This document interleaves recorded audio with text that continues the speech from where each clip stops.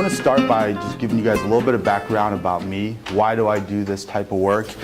And then we'll go into really how student loans work, the different options that you have in paying back student loans, and then the greater kind of picture that we need to be thinking about all along the way, the financial planning aspect of it. So I'm a certified financial planner. I got started in working with students and alumni because my girlfriend is an attorney, and when she went through school, she came out with about $220,000 of debt. And when I started, She's lucky. yeah. So I started reviewing her payments, what our options were, and when we were receiving our statements, they were about $2,300 a month for payments. And you know, I was like, this is ridiculous. How are we supposed to be able to pay this, live our life, you know, buy groceries? And so this was actually back in 2009 when she graduated as well. And the student loan world has been evolving pretty rapidly over the last about 5 years. And a lot of that came due in 2009 when Congress, which then again was reaffirmed by President Obama, made a big push to bring these programs available for people who have federal debt. Now, do you guys have mainly federal? Is there federal private? Federal. Is it all federal? Okay. So I asked that because you need to look at the student loans in really two different silos. And it sounds like most of you guys all have federal, right? Okay, so I have private for my undergrad. you have some private? They're federal and then Grad Plus as well. So Grad Plus is actually still a federal loan. But then there's also a bunch of private institutions that give out loans as well. And how they behave and the options that we have there are completely different from the federal. I'm going to speak mainly on federal. It seems like that's what most of us have. I'll touch a little bit on private just so you get some information there. And I'll start by throwing this presentation I have up here on the board. My goal today is to really just make it conversational, so you know, don't hesitate just to ask questions. I have a presentation here. I'll follow it probably kind of loosely. So when we came out of school, when Tara came out of school and she had $220,000 of debt, I was like, this is ridiculous. How are we going to pay this? What are our options? And I started doing a lot of the reading around what these options were. And Congress, as I said back in 2009, was really making a big push to allow the borrowers to have some options.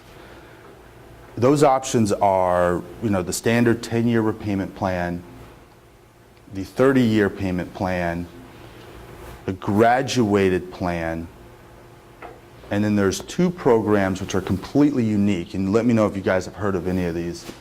And that's income contingent and income based. Are you guys familiar with these loans? Okay. Do you guys know anything about it, how it works? A little bit? Okay. So these programs are designed to allow borrowers to pay back their student loans based upon their income and their family size. So now that, you know, Tara, we're not married, so she's still considered a single individual. It takes her income and her family size of 1 to determine what's the appropriate amount that she can make these payments on. When going through this, I formed my own company called, you know, Libra Financial, and the areas that I really work with my clients are, you know, in the protection aspect, you know, life insurance, income protection, you know, investments, benefits, retirement, and advisory services. And through this process, I realized that there is a lot of people who need help when it comes to dealing with their student loans. So, again, coming back to student loans, I realized there's many steps that need to go through to figure out, okay, what do we need to do? How do I figure out if I qualify for certain plans? How do they work? And how do I now build this into my plan? in my work over the last 4 years in this process, I've realized that many people are kind of disorganized. They don't really know where their loans are. So first we need to locate all of our different loans. And we can use, has anyone been to the National Student Database System? So this is where you can go, you enter in some personal information, and it will bring up every federal loan that you have. And this is very helpful because many people will come in and say, I don't know, I think I owe roughly 130 or maybe it's 150, but they don't know where it's at. They know maybe they received a statement from one borrower or servicer or another, but they're not completely sure. And that's NLS. Yeah, it's nlsds.ed.gov. And I can pass this information to Angela if some of you don't catch it during, and she can send it along to you guys. And by going in there, you'll bring up a list of the loans that you have, and you can click on each one. They'll tell you how much you borrowed, roughly how much you owe now, who the servicer is, and with that information you can now go out to find all the different information about your loans because they're being sold and transferred on a daily basis. And from there we want to build now the portfolio of all your student loans. And very important is the type of student loans too. You mentioned Grad Plus, which is a type of, this is right here, it's the plus loan. There's also Statford loans. There's subsidized, unsubsidized Statford loans. There's consolidated loans, so it would be taking multiple different ones and I'll consolidate them all together. They would have been federal loans, now all still federal loans but consolidated together. And then there's Perkins loans. So we want to make sure that we know the type, what repayment plan you're on, what your monthly payment is, what's the interest rate, is it fixed, is it variable? Majority of federal loans are all fixed. And from here we can build out now where your loans are, how much you owe, what payment plan you're on to determine is it the most appropriate one for you. And this is through you or through the website that you just gave us? Well, this right here is through another company right here, and it's called, you go to the website right here to find the information. Yeah. Is it And- annual credit report? No, annual credit report is, it's always smart to look at your credit report too because that will have information as well. Again, I can send this along to you. Okay. So this is not through this website or the NSLD website. So we can print this up, it's not something we have to make on our own? No, I'll send this along. You guys can Okay. use it. Now, I asked you guys, are you familiar with the different options? So this is really the important part of after we've collected our loans to figure out what is the best payment plan for you. So the standard repayment plan, of course, is a 10-year plan. So I'm not sure what the average loan amount here is. In this. I'll just use Tara's example. So we have $220,000 of debt. We pretty much just bought a home in, let's say, Kansas. And now we're looking at repaying it. Well, I know very few people who pay a home back in 10 years. I don't know if I would advise people to pay a home back that quickly. And in many cases, it can be true for student loans as well. That puts a huge cramp on cash flow in our life, which would prevent us from, starting a family, from actually buying a home, from saving, and from, doing other, buying groceries, buying, make sure we have gas in our car. So there's pros and cons to each one of them. Of course, the pro is you have the shortest period and you pay the least interest over that loan because you're paying it back so rapidly. The con to that, though, is, of course, a very high monthly payments. The next one is called the extended repayment. They just take that over a 30-year period. So, of course, if you have a longer payment period, you do pay more interest over the life of the loan. But because we're able to free up so much cash flow, there are other things we can do, like buy a home, if that's a goal that we have, or make sure that we're still properly saving for the short term and for the long term.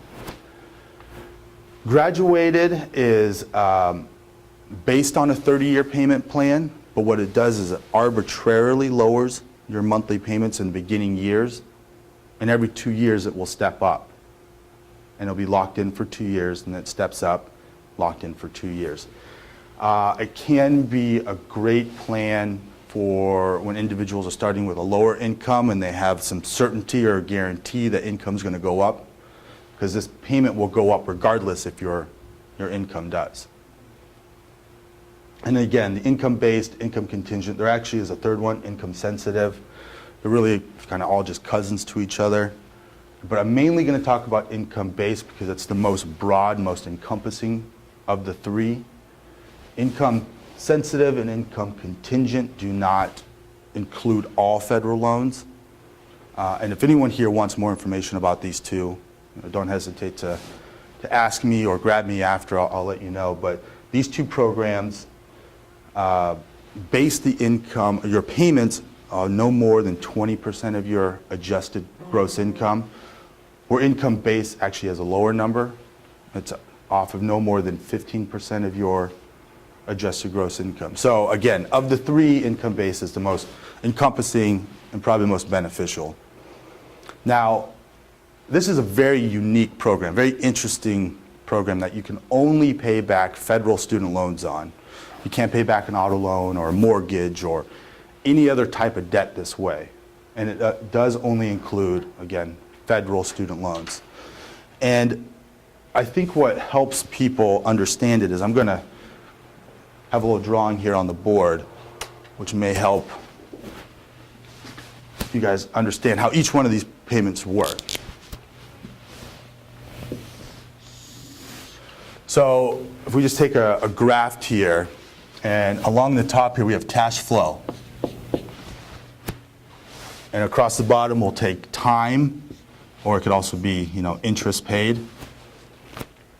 The 10-year payment plan, of course, takes the most amount of cash flow out of your pocket to pay on a monthly basis. But you do pay over the shortest period of time, meaning that you pay the least amount of interest over that loan. A 30-year payment plan takes less cash flow out of your pocket. And it can be quite a bit lower. It can be about almost half the payment in many cases. But again, you pay for a longer period of time. So you would pay more interest over the life of the loan. Income-based, again, I'm just going to focus on income-based instead of all three of them. Based on your income and your family size can lower your payment down even further. Now, there's an interesting aspect of this loan which is not disclosed, in my opinion, not disclosed fairly to borrowers who jump into this program. Many times when people are getting their statements, they're realizing, I can't afford this. I can't afford, let's just say for round number's sake, I can't afford $1,000 a month. Or if I look at the 30-year plan, well, I don't know if I really can still even afford $500 a month. So let's say for an example's sake, someone under the income-based plan might be looking at, say, $250 a month. Okay, I can maybe afford that.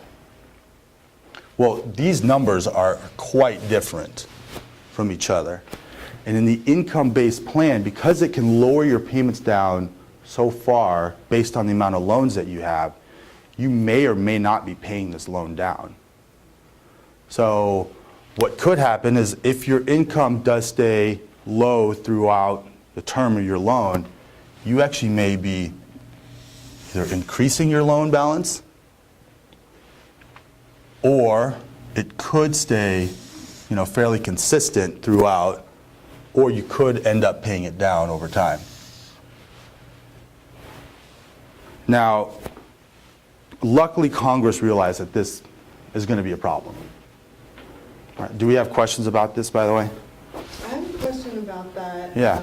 Is it true that after 25 years on that plan, or 20 years, that they forgive the loan? That's correct. And then if you work for a nonprofit 30 hours or more a month or a week, if that's your full-time job, that it would be forgiven in 10 years? That's correct. That is correct. And we'll talk about those too. When I actually signed up for that income-based one. Okay. And then they told me about the forgiveness. I said, woo-hoo. And then I talked to them about it later, maybe, I don't know, a couple years later. And then they said there was a real specific number of payments you had to make in order to qualify for forgiveness. And when I added it up, it was like more than 2 payments a month. And then I thought, well, that's totally different from what they told me the first time. So that was actually my big burning question for you today. Okay. Because that was just a whole different story and really made it impossible to do. Yeah, I haven't heard of that. So what were they saying about the number of payments? It was, the only way you'd be eligible for forgiveness is if you had made a certain number of. 20, total- is it 25 years of qualified payments? Unfortunately, I don't remember the Okay. numbers, but there were several hoops you had to jump through in order to get to forgiveness. And they were saying certain number of payments, and then when I calculated it, it was, 2 payments a month, which is basically twice as much as I'm paying. Okay, we'll have to look into that because I'm unsure about that. But really how it works is if you do not work for a nonprofit, so you're in business for yourself, you work for a private company, you have to make 25 years of qualified payments, which would be about 300 payments. Is that a number that you may or may not have received? Possible. Okay. Yeah.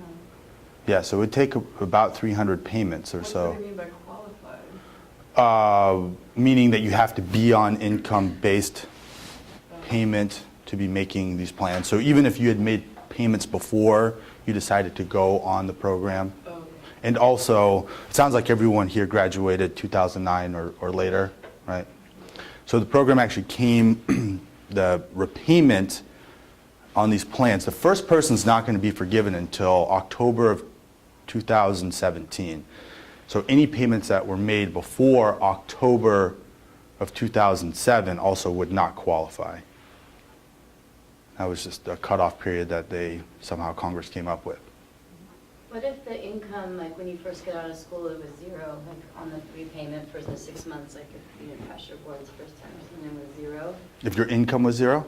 No, your income wasn't 0, but the repayment. Oh, repayment was 0? Yeah. Yeah. That's still considered a. It's still considered a qualified payment. So again, based on these calculations, yeah, your payment could actually be all the way down to 0. But you still would qualify as a qualified payment if you're under the program and they were justifying that was a qualified payment. Because under the program, That's what they say. yeah. Sorry to totally jump in again on this, Yeah. so we can get to it later. But all of, like, any loans that I've had, like car payment loans, those have always been 5 years, 3 years, things I can easily keep track of. Right.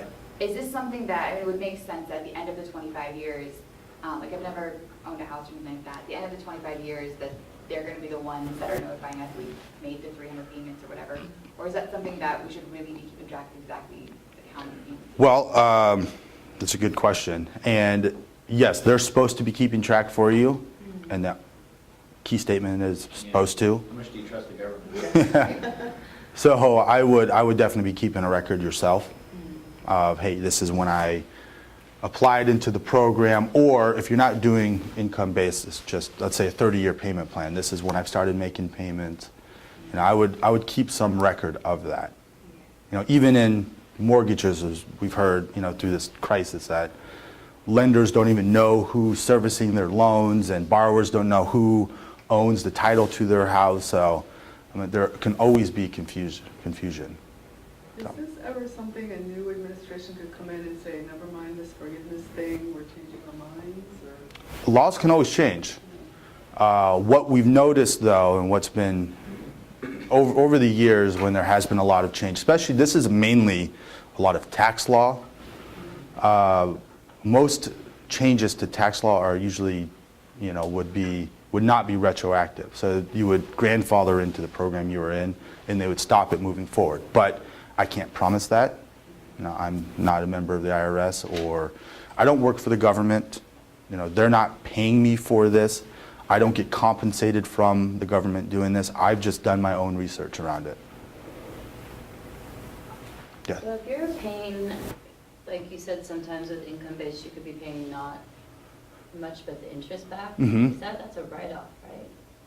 Anytime that you are paying back towards your student loans, any interest towards it would be, it is write-off, up to $2,500 per year. 2,500 per year. Yeah. Now, so if you're paying $250 a month, there'd be a smaller portion. You're not paying up to $200 or $2,500 a year in interest. So you can't write up all the way up to $2,500, just what you pay. Yeah, okay. And if you happen to be making zero, you're technically not making payments back to it. If you miss a payment, does that screw up? Like, I heard that if you sign up for the income-based repayment and you miss a payment, then you're kicked out and you can't sign up again. Is that true? I don't believe that's true, but again, I'm not 100% on that. We can look into that. Okay. Yeah. It's not true, believe me. No. You just have to call them and tell them I can't pay this month. Mhm. Yeah. Yeah, so, okay, so going back to this, what we're doing, these were some great questions that lead into it is, let's say interest alone on this plan was $400.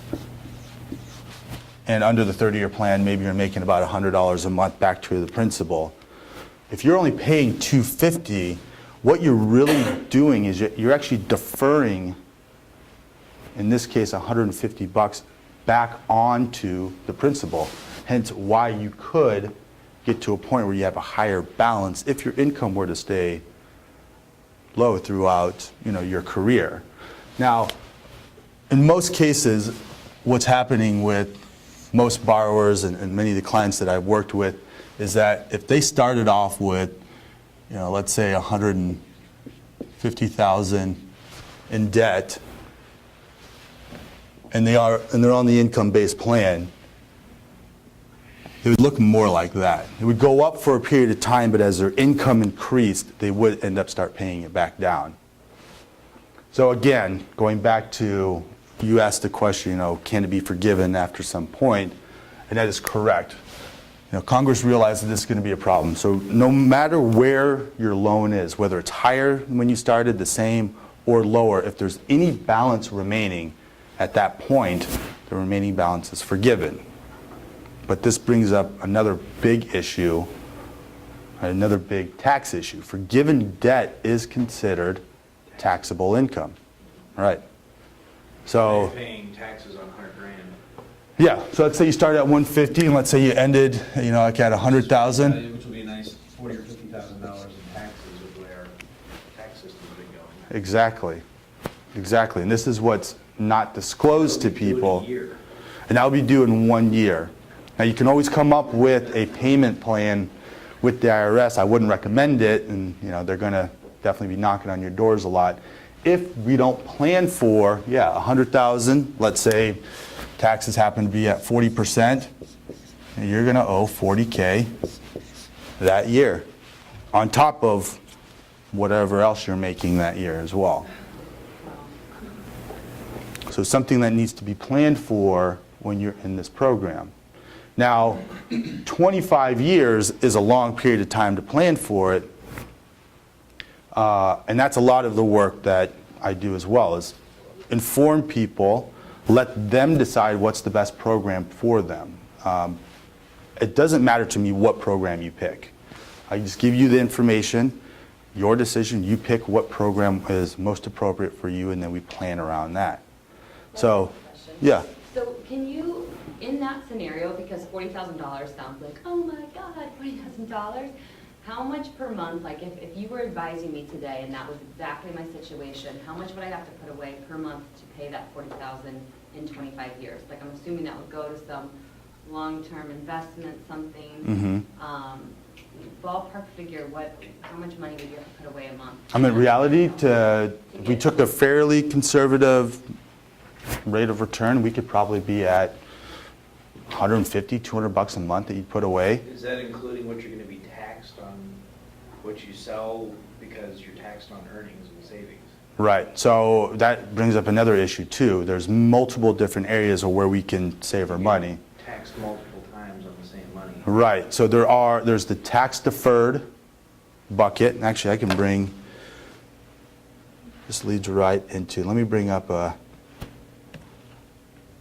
another window here. And it's kind of like saying you've saved $100,000, but by the time you sell it, it's taxed. There's Right, so there are enough to pay off that. There are 3 buckets that every person saves their money, and that's a tax-deferred bucket. So those are things like IRAs or 401ks, where you get a deferral of income tax this year, but you pay taxes when you pull money out of that account. And that's at full ordinary income rates. So if we have 3 buckets,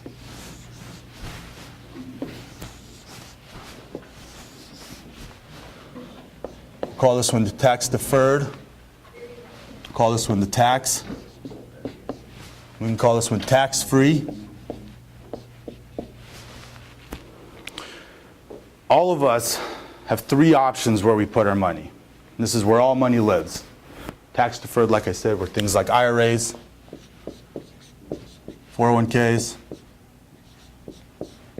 other qualified plans. So when money goes in, we get a deferral of taxes today, but when we pull money out, we're taxed at full ordinary income rate. So whatever ordinary income rate you happen to be at, 20, 25, 30, upwards of almost 40%. You gotta think taxes are continuing to go up, so by the time you're cashing out on this, it's 55%. Yeah, it could be.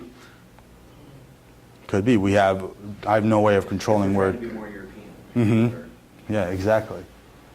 Or we have just the taxable bucket. The taxable bucket could be, savings, your checking account, stocks, bonds. So just anywhere that's inside of what's kind of called an investment account, or say your bank account if they were paying interest, which we really know they're not now. But each year that you have growth within this account, you get taxed in that year. So your investment company would send you a 1099, or your bank would send you a 1099, and you pay taxes along the way. Now, taxes on this can be can be capital gains. So right now, capital gains taxes are lower than ordinary income. So, depending on the growth you have, we could have a lower tax paid along the way, but as you're paid along the way, it is kind of hampering your growth in that plan. And then tax-free, obviously there's not very many areas that you can put money tax-free, but those would be, Roth IRAs. There are now Roth 401ks. And we also have municipal bonds, so munis. There are health savings plans and 529 plans, but those have to be used for qualified medical expenses or qualified education expenses. So not an area for growth if you want to use it for anything else, except for those 2 areas. And then there's permanent life insurance, so I'll call it PLI.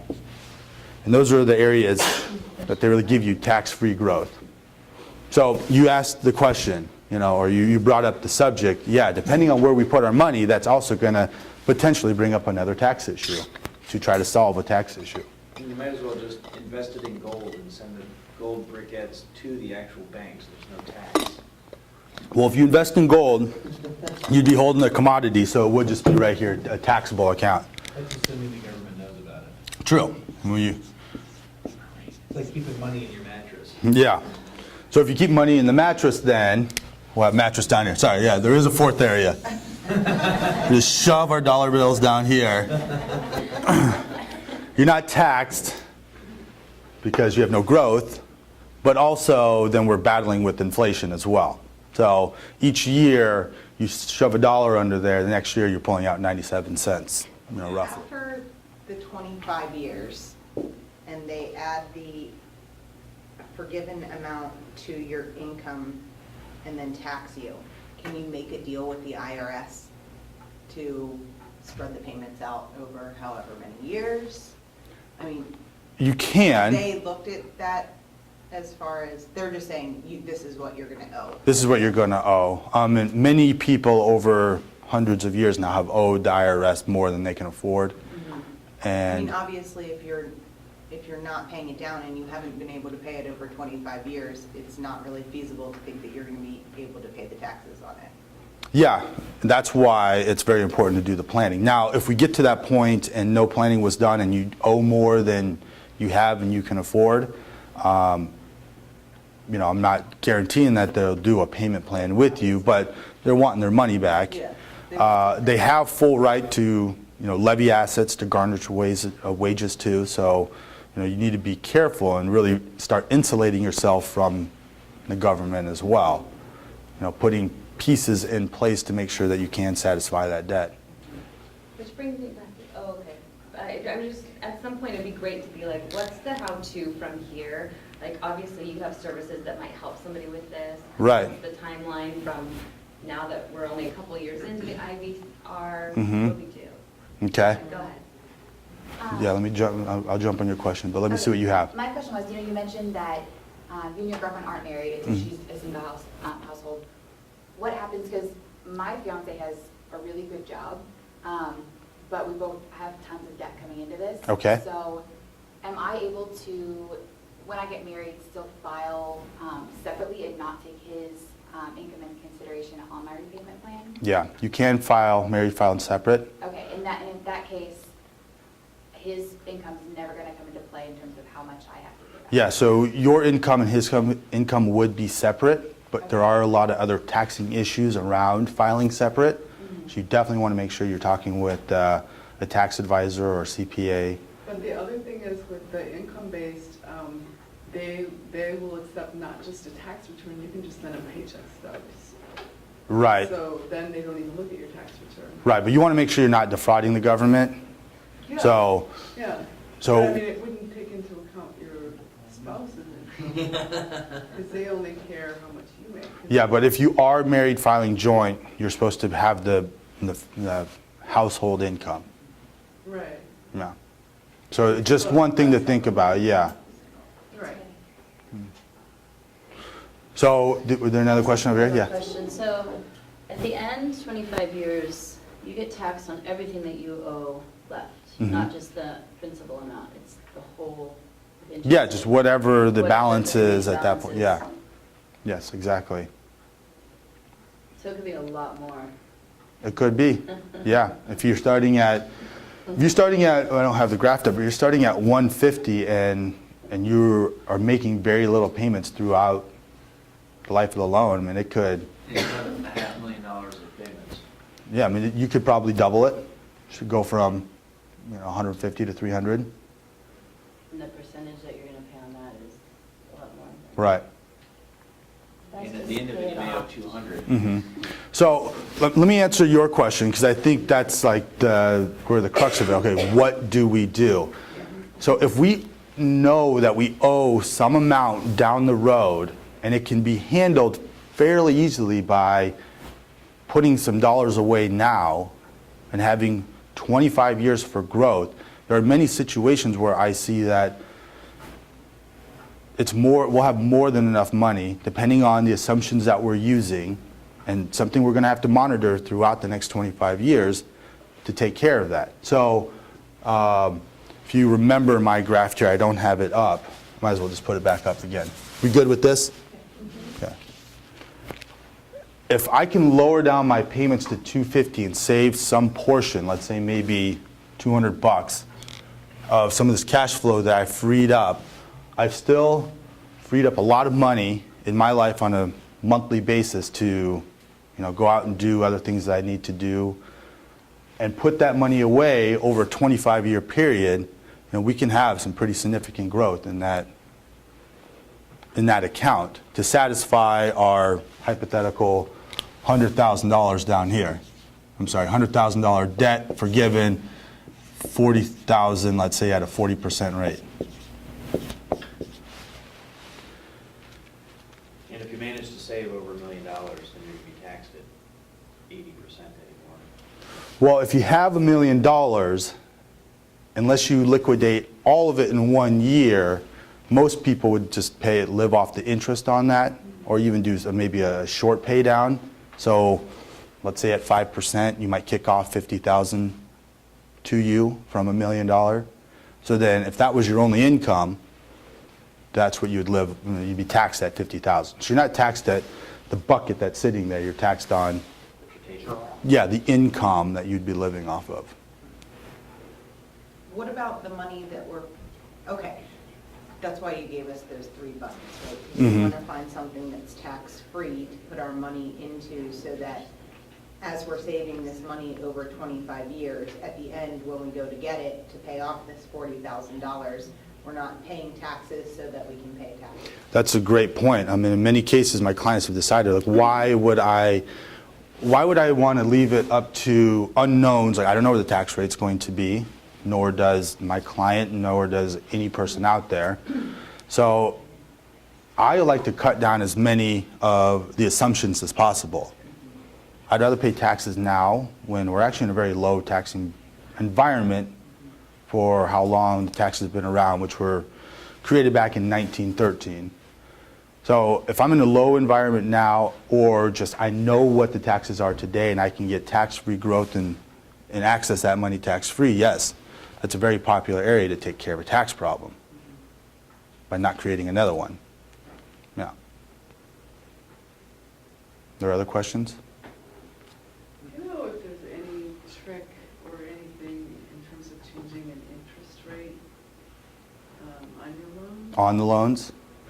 No, when you consolidate your loans, if you haven't done so, what the government's doing is they're taking a weighted average of all the different interest rates that you have. So if you have $100,000 at one lender at one interest rate and say $20,000 at another interest rate, of course the $100,000 is going to have a lot higher weight. But what they're doing is they're actually moving all your interest rates to give you one. And it's usually the weighted average. So there's no real way of changing your interest rate. Is that smart to do, say, so when a lot of us got loans, some of us got set at like 2.7 Okay. for some of the loans. Okay? And then later on, it went up to more like 7%. Mm-hmm. And so some of our loans are at 2.7 and some are at 7. Is it smart to combine them and have the weighted average? Well, the Or is weighted it- average is going to be the exact, if you took all of the calculations off each loan, whether it's 2.7 or 7, it's going to calculate out to the same because that's what they're doing. They're taking the weighted average. So mentally and psychologically, it's harder to pay when it says 5% than when it said 2, did you say 2.7? When it said 2.7, but you've also brought your 7% loans down to 5 as well. So does that mean you should pay down the higher interest rate loans first and then worry about the lower interest rate loans? Well, if you want to keep them separate because you have a goal of paying off an individual loan first, then yeah, you want to keep it separate and of course pay off higher interest rates first, yeah.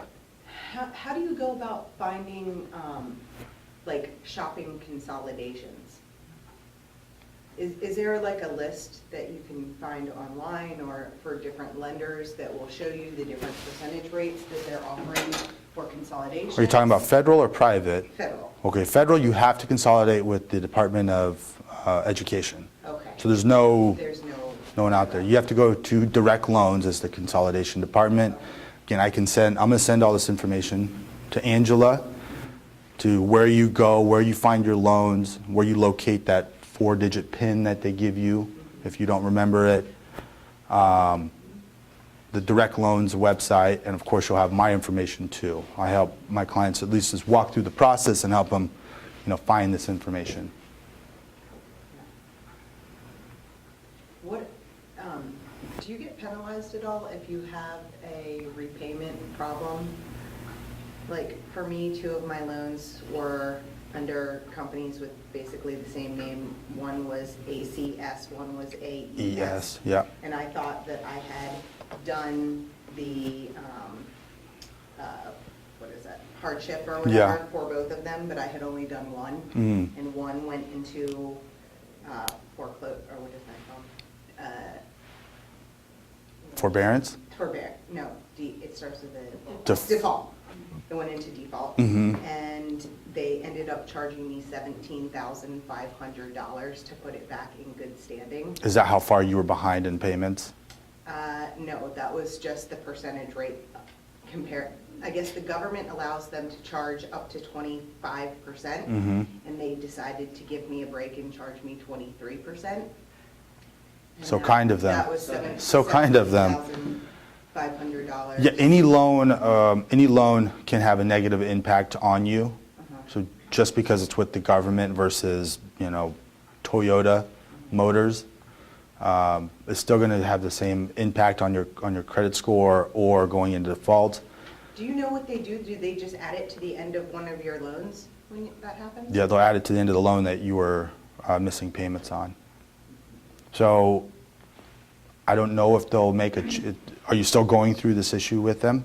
No, I'm back in good standing. Okay. I did like 9 months of payments of like $500 a month. Okay.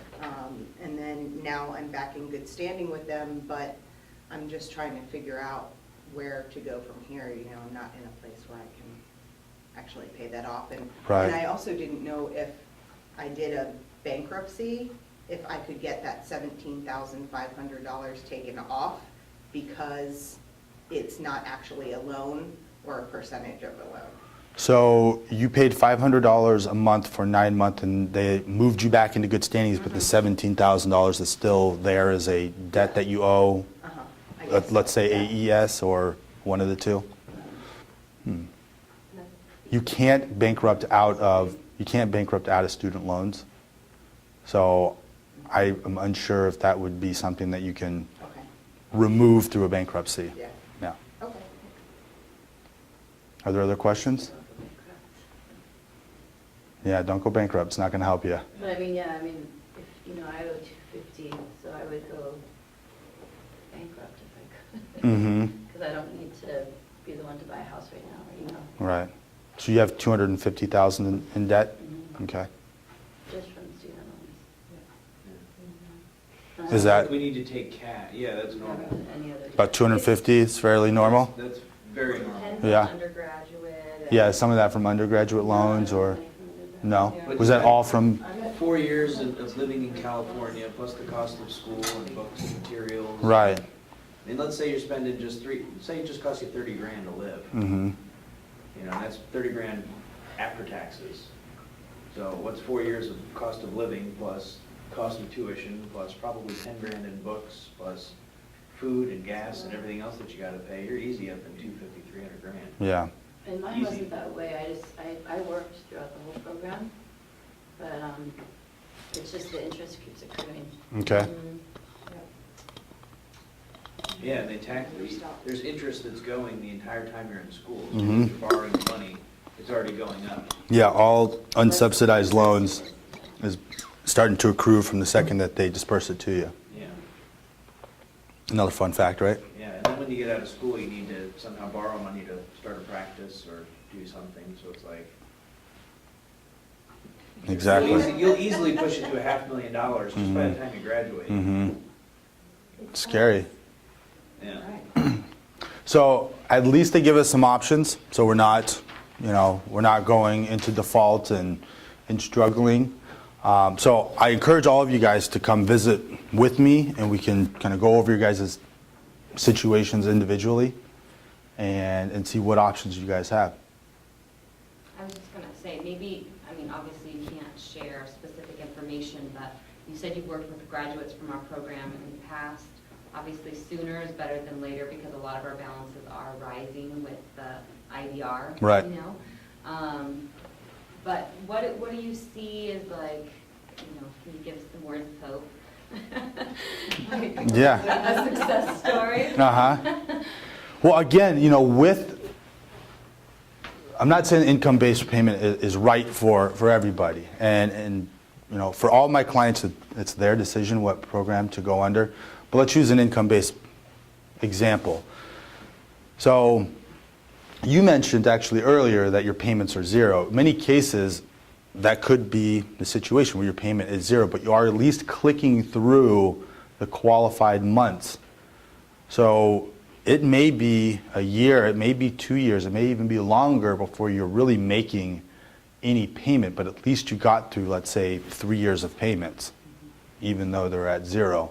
So I would encourage you guys to get in front of this as soon as possible.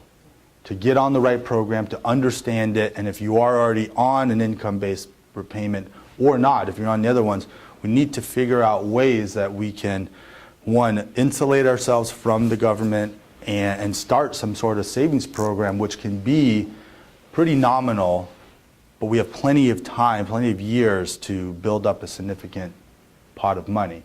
Also, by getting organized, it's not a daunting task every month of receiving letters and not understanding and feeling like, am I behind? Did I miss one of my lenders?